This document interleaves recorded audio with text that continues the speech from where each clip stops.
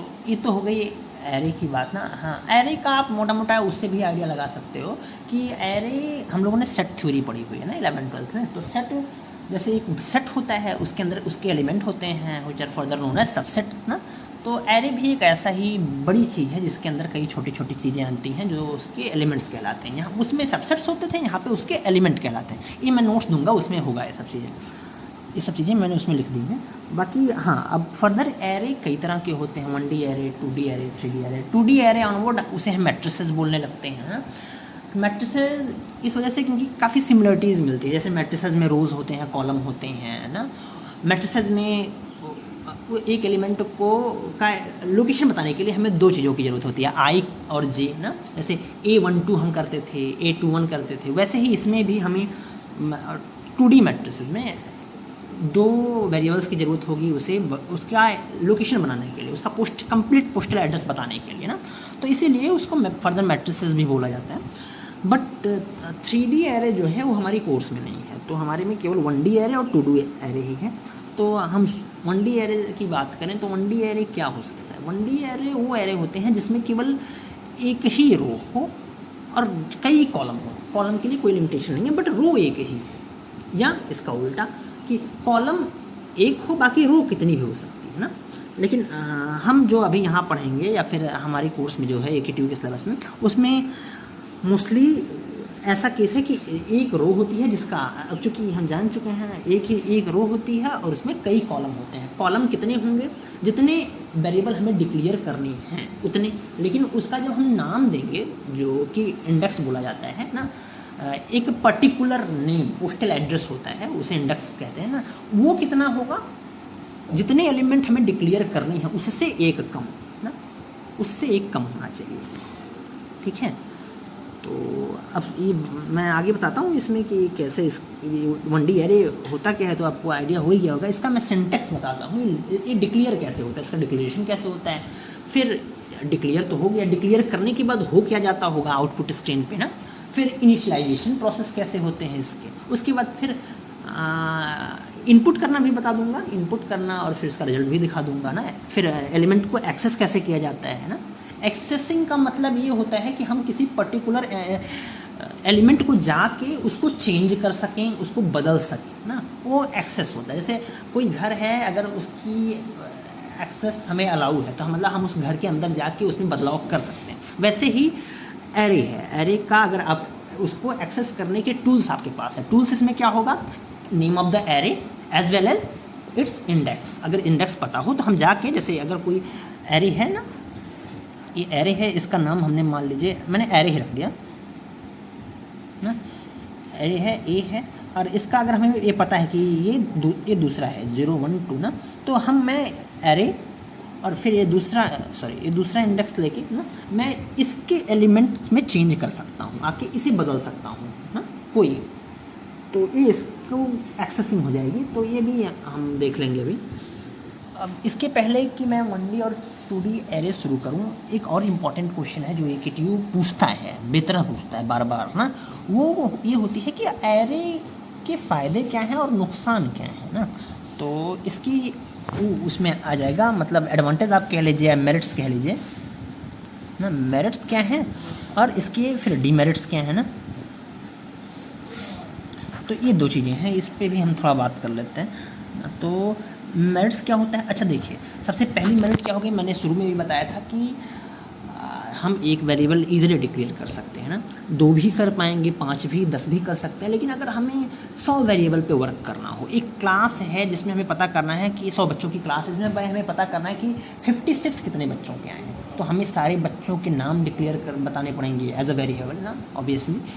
और फिर 1 by 1 वो प्रोग्राम बार बार फॉर लूप से या वाइल लूप से हमें चला के वो देखना पड़ेगा, चेक करना पड़ेगा ना। वो कंडीशन ले लेंगे हम कि 26 के इक्वल ना, उसके थ्रू हो जाएगा, वो कोई बड़ी बात नहीं है। लेकिन हाँ, हम सबसे बड़ा प्रोसेस कि उतना बड़ा कोड लिखना पड़ेगा, 100 बच्चों के लिए 100 वेरिएबल डिक्लेयर करने पड़ेंगे हमें ना। तो ये काम आसान कैसे होता है, क्योंकि नंबर है ना, और राउंड ऑफ करके लिख दिया जाएगा। अगर 25.5 भी आया तो उससे 26 बना दिया गया है।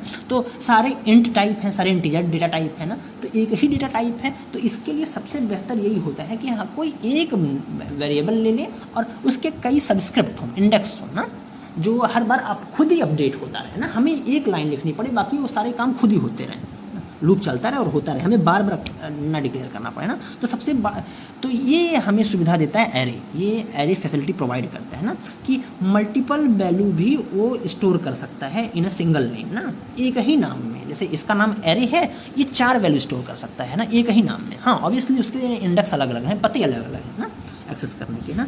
और दूसरा क्या है, no need to declare multiple variable ना इन अ प्रोग्राम ना, तो ज़्यादा वेरिएबल, सब चीज़ें एक दूसरे से लिंक्ड हैं, all the things are linked ना। अब देखिएगा कि जब हमें एक ही नाम यूज़ करना है ना, तो फिर मल्टीपल वेरिएबल डिक्लेयर नहीं करने हैं ना, एक ही से काम बन जाएगा।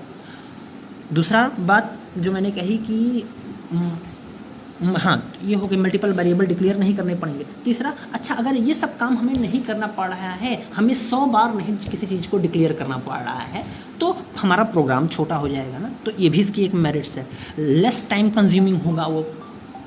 ओके,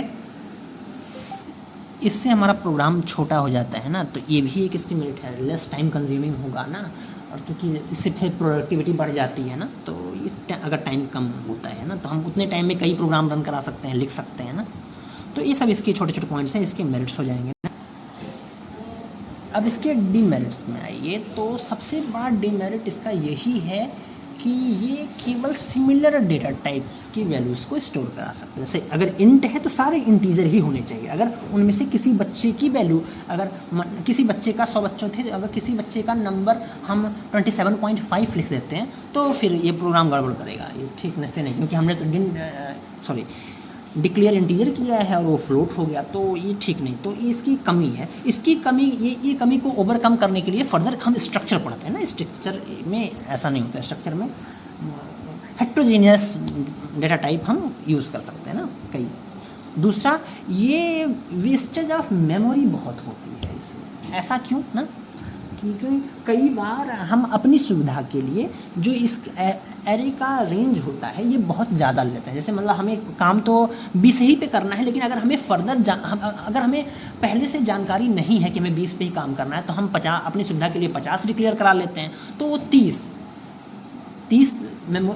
मेमोरी है, ब्रैकेट्स हो गए और हर का 2 ना, तो 30 दूनी 60, मतलब 60 बाइट की मेमोरी बेस्ड होती है ना। तो लेकिन चूँकि हमें प्रोग्राम बार बार ना रन कराना पड़े, स्पेस की कोई दिक्कत ना हो, आजकल तो बहुत ज़्यादा स्पेस होते हैं, तो ऐसी कोई दिक्कत नहीं होती। पहले दिक्कत मिलती थी जब स्पेस की कमी होती थी। तो इसमें हम अगर हमें पहले से जानकारी नहीं है कि हमें कितने पे काम करना है, तो ये दिक्कत हो जाती है इसमें स्पेस की, इसमें स्पेस बहुत वेस्ट होता है।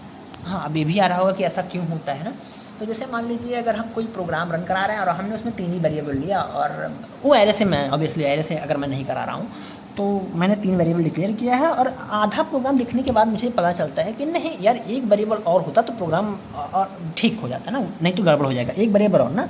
तो हम फर्दर वो डिक्लेरेशन की लाइन में जाएंगे, तो वहाँ पे जहाँ पे इंट था ना, इंट ABC मान लीजिए हमने पहले से डिक्लेयर किया है, तो हमने सेमीकोलन को डिलीट करते हैं और एक कॉमा लगा के डी डिक्लेयर कर देते हैं, ठीक है। तो तुरंत इसको मेमोरी मिल जाती है, और फिर अगर इसको हमें, ये तो मेमोरी मिल गई, अगर इसमें हमें इसको इनिशियलाइज़ करना है तो हम इसके अंदर F के थ्रू से इनिशियलाइज़ कर देते हैं। लेकिन एरे में क्या दिक्कत होती है कि अभी जब मैं एरे का डिक्लेरेशन प्रोसेस बताऊंगा, तो आप देखेंगे कि उसमें ब्रैकेट्स आते हैं ना, तो आप ब्रैकेट के अंदर अगर कोई चेंज करते हो, तो फिर इसके डिक्लेरेशन में चेंज हुआ, इसके इनिशियलाइजेशन में आपको जाके चेंज करना पड़ता है। और जितनी बार आप, चूँकि एक ही नाम लेके आप बहुत काम कर रहे हो ना, आगे भी कई बार आपको लूप भी चलाना पड़ता है ना, फॉर लूप भी उसी से चल रहा होता है, वाइल लूप भी उसी से चल रहा होता है ना, तो आपको हर जगह फिर वो बदलाव करने पड़ते हैं ना, चेंजेस करने पड़ते हैं, ठीक। तो इससे ये दिक्कत, चूँकि एरे है तो ये बड़े प्रोग्राम में ही यूज होता है, छोटे मोटे प्रोग्राम में हम यूज भी नहीं करते। चूँकि यहाँ कोर्स की बात है तो यहाँ तो हम कर लेंगे, लेकिन एरे है तो बहुत ज़्यादा प्रोग्राम, जब बहुत लंबा प्रोग्राम होता है तभी हम यूज करते हैं। तो एक ये भी बात है कि इसमें स्पेस बहुत वेस्ट होता है ना, चूँकि हमें 20 की ही ज़रूरत है, हम 50 कर लेते हैं कि भाई दोबारा से कुछ डिलीट ना करना पड़े हमें ना। एक तो ये हो गया कि हमें साइज़ पहले से ही पता होना चाहिए। तो ये भी एक इसका डिसएडवांटेज है ना कि हम प्रोग्राम के बीच में अगर पता चलेगा कि क्या है तो फिर कंपाइलेशन के दौरान हमें दिक्कत होगी। और इस सब का मेन कारण ये है कि हम जब इंटीजर डिक्लेयर करते थे तो उसमें डिक्लेरेशन के टाइम पे ही मेमोरी मिल जाती थी उसे, लेकिन एरे के साथ क्या होता है कि एरे को memory at the time of compilation, जब कंपाइलेशन स्टार्ट हो जाता है तब मिलती है। तो इसीलिए ज़्यादा दिक्कत है। मैं इसे डिटेल में बता तो दूँ लेकिन फिर वो बहुत टाइम कंज्यूमिंग है ना। तो इसीलिए बस आप इतना मोटा मोटा याद रखिए कि नॉर्मली डिक्लेयर करते ही मेमोरी मिल जाती थी, लेकिन इसमें ऐसा नहीं होता है। इसमें at the time of initialization ये सब प्रोसेस होता है। ठीक, इनिशियलाइजेशन भी कहना गलत होगा, at the time of compilation वो ठीक बेहतर वर्ड है ना। तो at the time of compilation वो मेमोरी एलोकेट होती है, सबको मिलती है ना। तो an array occupy space in a memory at the time of compilation ना। So the size of array is necessary to be provided at compilation time ना। या तो उस टाइम पे प्रोवाइड कीजिए या तो पहले ही पता हो हमें ना। ऐसा नहीं कि हम छोड़ सकते हैं कि बाद में आके देख लेंगे, कम पड़ा तो एक और डिक्लेयर कर देंगे ना, ज़्यादा हुआ तो एक डिलीट कर देंगे ना, ऐसा नहीं होता इसमें। तो इस वजह से मेमोरी वेस्ट भी होती है हमारी ना। तो ये इसके कुछ डिमेरिट्स हो गए। मैं ऑब्वियसली इस नोट्स में दे दूँगा, बाकी मैं आगे वीडियो में बताता हूँ।